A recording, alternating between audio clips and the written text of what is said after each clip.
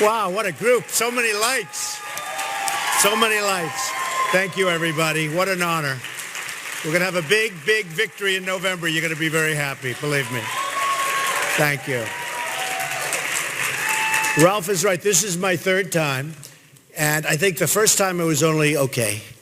The second time I was great. And this time we have to top it, okay?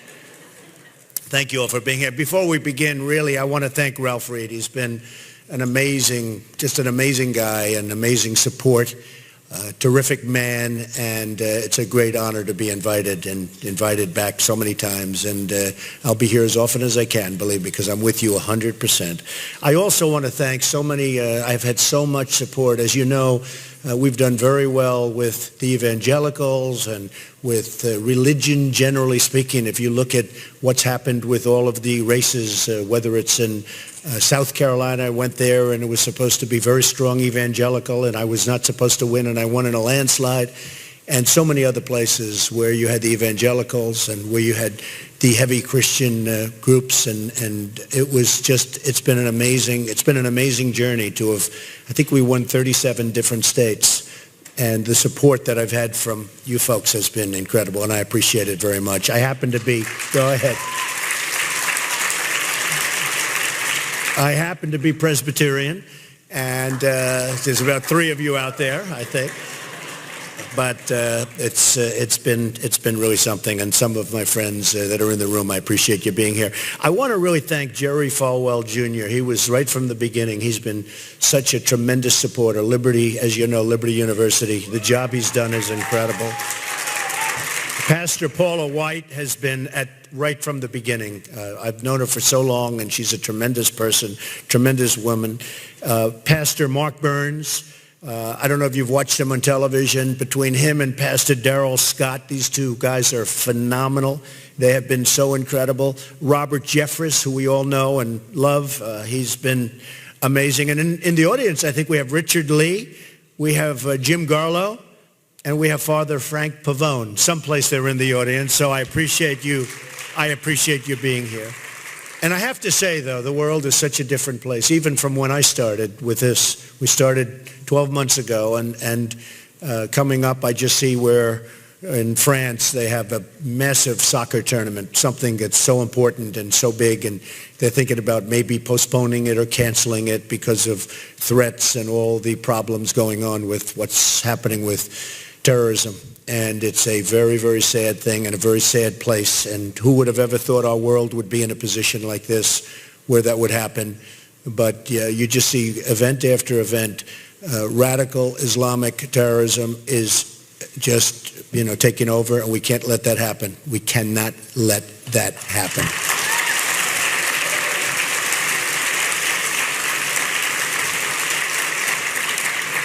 And if we're smart and if we're tough, we won't let it happen. Just remember that. Okay. It's an honor to speak here today and discuss our shared values. I'd like to thank all of the wonderful Christian leaders and Christian voters who have supported me. We've had tremendous support. Here we are, and here are the goals, and I thought I'd put some of these together, and I did it just the other night because of this meeting, and I wanted it to come from me, from my heart. We want to uphold the sanctity and dignity of life.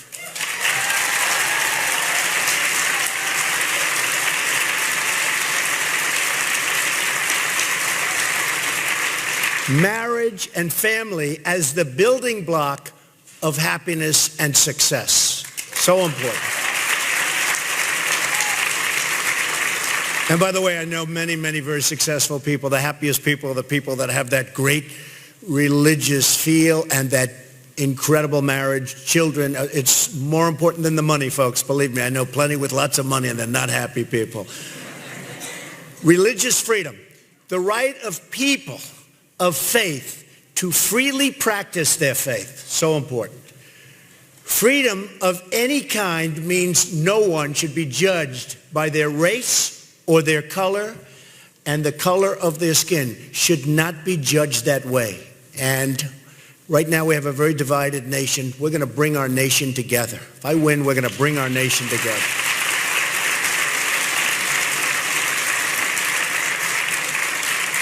The importance of faith to United States society. It's really the people who go to church, who work in religious charity, so important, and share their values. These are the foundations of our society. We must continue to forge our partnership with Israel and work to ensure Israel's security.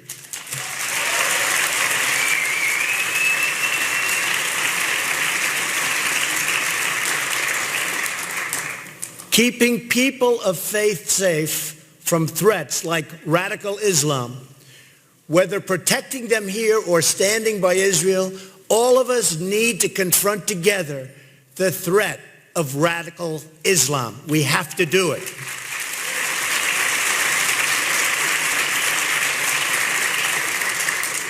Now, Hillary Clinton, or as I call her, Crooked Hillary Clinton, she's as crooked as they come, refuses to even say the words radical Islam. Refuses to say the words. This alone makes her unfit to be president. In fact,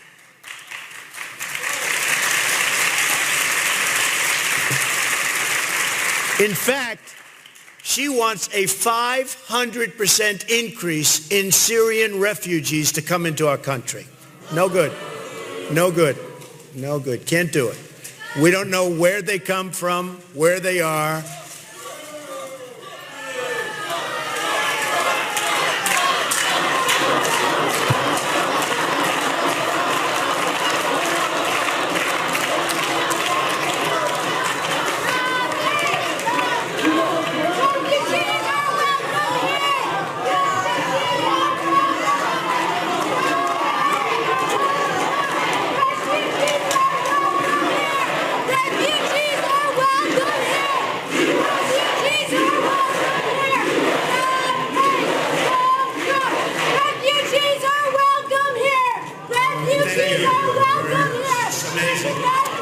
What goes on.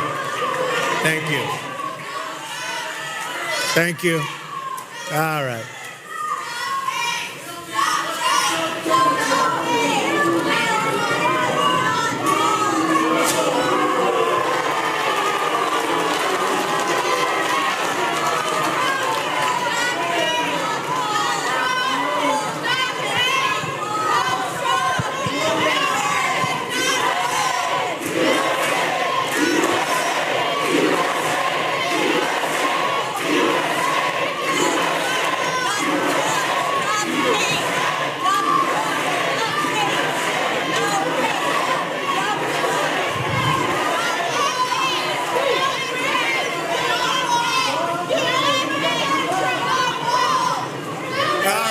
Thank you. All right. Little freedom of speech, please. Freedom of speech.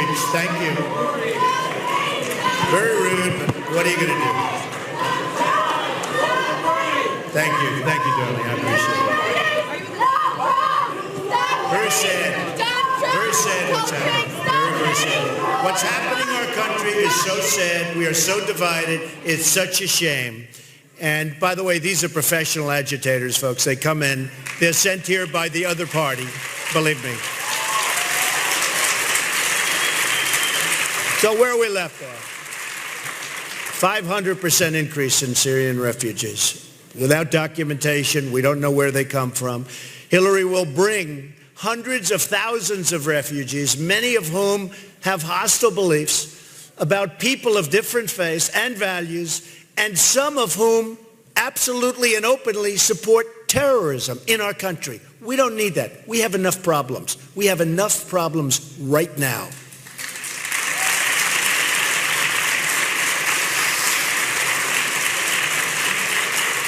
Here is some of what we can accomplish together.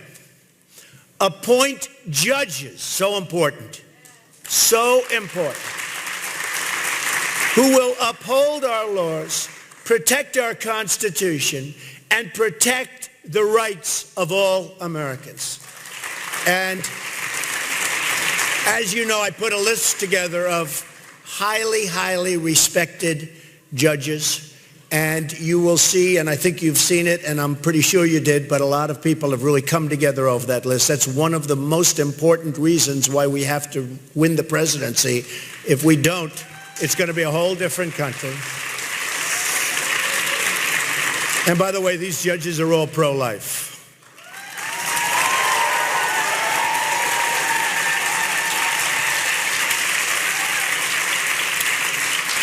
We will restore respect for people of faith who dutifully raise their children, follow our laws and rules, and we have to really take care of our neighbors, because right now our neighbors are not being taken care of. We have to restore the rule of law on our border, in our government, no matter where it is. It has to be restored.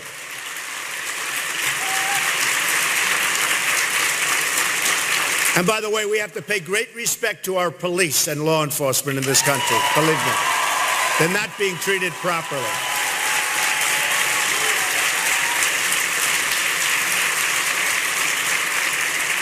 So all of this includes tough new ethics rules to restore dignity to the office of the Secretary of State, which it hasn't had in a while, folks. Among being the worst deal makers I have ever seen. If you look at the Iran deal, truly one of the worst deals I've ever seen negotiated.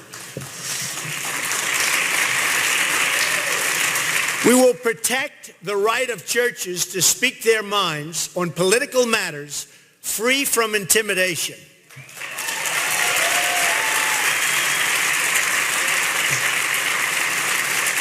New immigration controls to keep us safe from radical Islamic terrorism.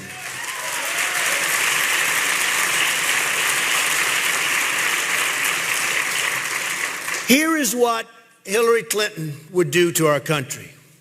She'll appoint radical judges who will legislate from the bench, overriding Congress, and will, I'll tell you, the will of the people will mean nothing, nothing.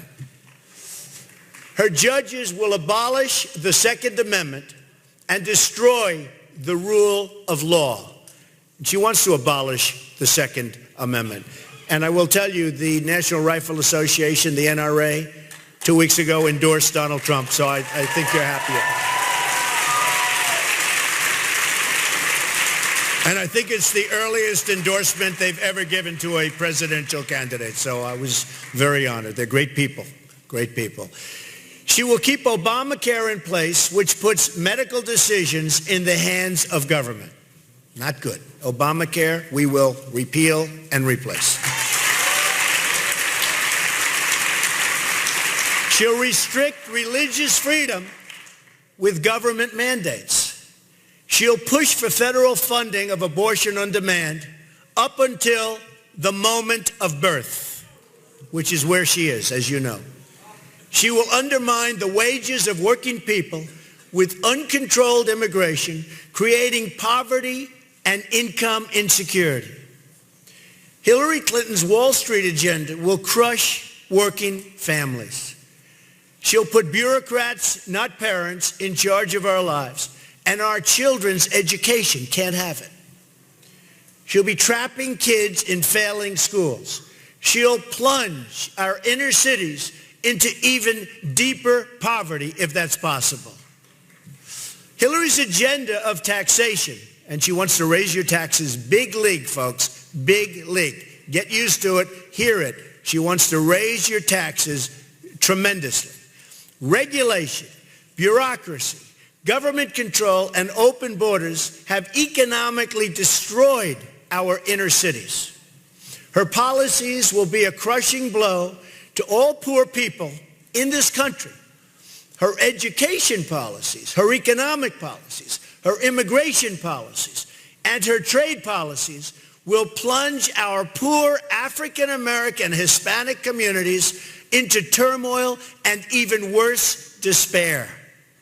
Believe me, you look at what's going on. The Democrat Party has run the school boards and the police departments and the city councils and the mayor's offices in most of our inner cities, almost all of our inner cities. They've run congressional offices.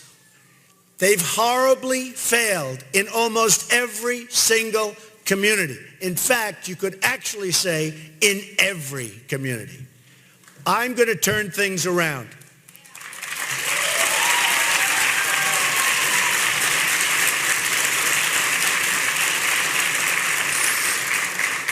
Hillary Clinton has totally jeopardized national security by putting her emails on a private server, all to hide her corrupt dealings. This is the reason she did it, folks. It's to hide her corrupt dealings. She's now under criminal investigation. That was announced yesterday by the White House. I mean, it's criminal investigation. First time ever, by the way, a president of the United States endorsed somebody under criminal investigation. Interesting. She even appointed to the National Security Board someone with no national security experience. Instead, he was a donor, a recent donor to Hillary Clinton's campaign, and also gave as much as $250,000 to his foundation. They all looked, they said, where did this guy come from? He made a contribution of $250,000. All of a sudden, he's on this very important and vital board.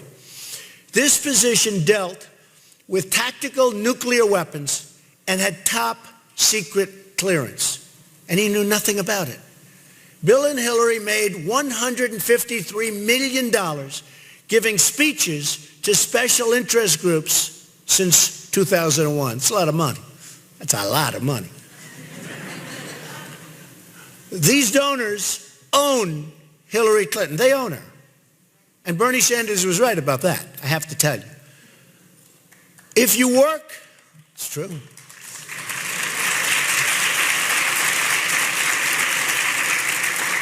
And the bottom line is, I will be working for you. I just spent $55 million running on these of my money. I don't know, not easy, but I just spent $55 million of my money running in the primaries. Other people spent many times that amount, and they didn't do so well. Okay. But I work for you. I'm working for you. I'm doing this because I want to put back, I want to give back, I want to give back to our country. Together, friends, we will chart a new optimistic course for America. We will put America first.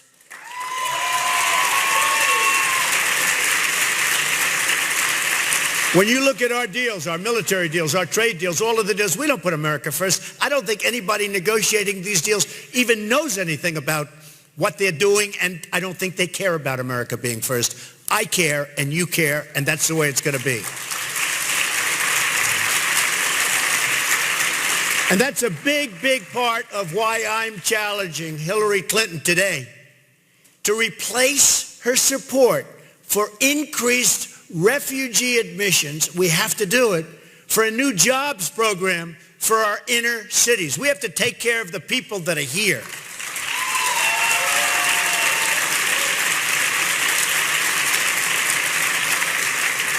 We have to temporarily stop this whole thing with what's going on with refugees, where we don't know where they come from. But we have to take a rest. We have to take a time out. We have to use the money to take care of our poorest Americans and work with them so they can come out of this horrible situation that they're in.